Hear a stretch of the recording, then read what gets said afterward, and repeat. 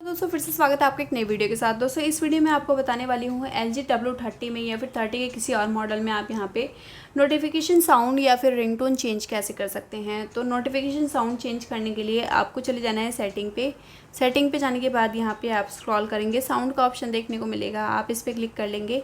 इसके बाद यहाँ पे आपको एडवांस पे क्लिक करके ऐसे स्क्रॉल करना है। डिफ़ॉल्ट नोटिफिकेशन साउंड का ऑप्शन देखने को मिलेगा, आप इस पर क्लिक कर लेंगे और यहाँ से कोई सा भी ऐसे करके ऐड कर लेंगे।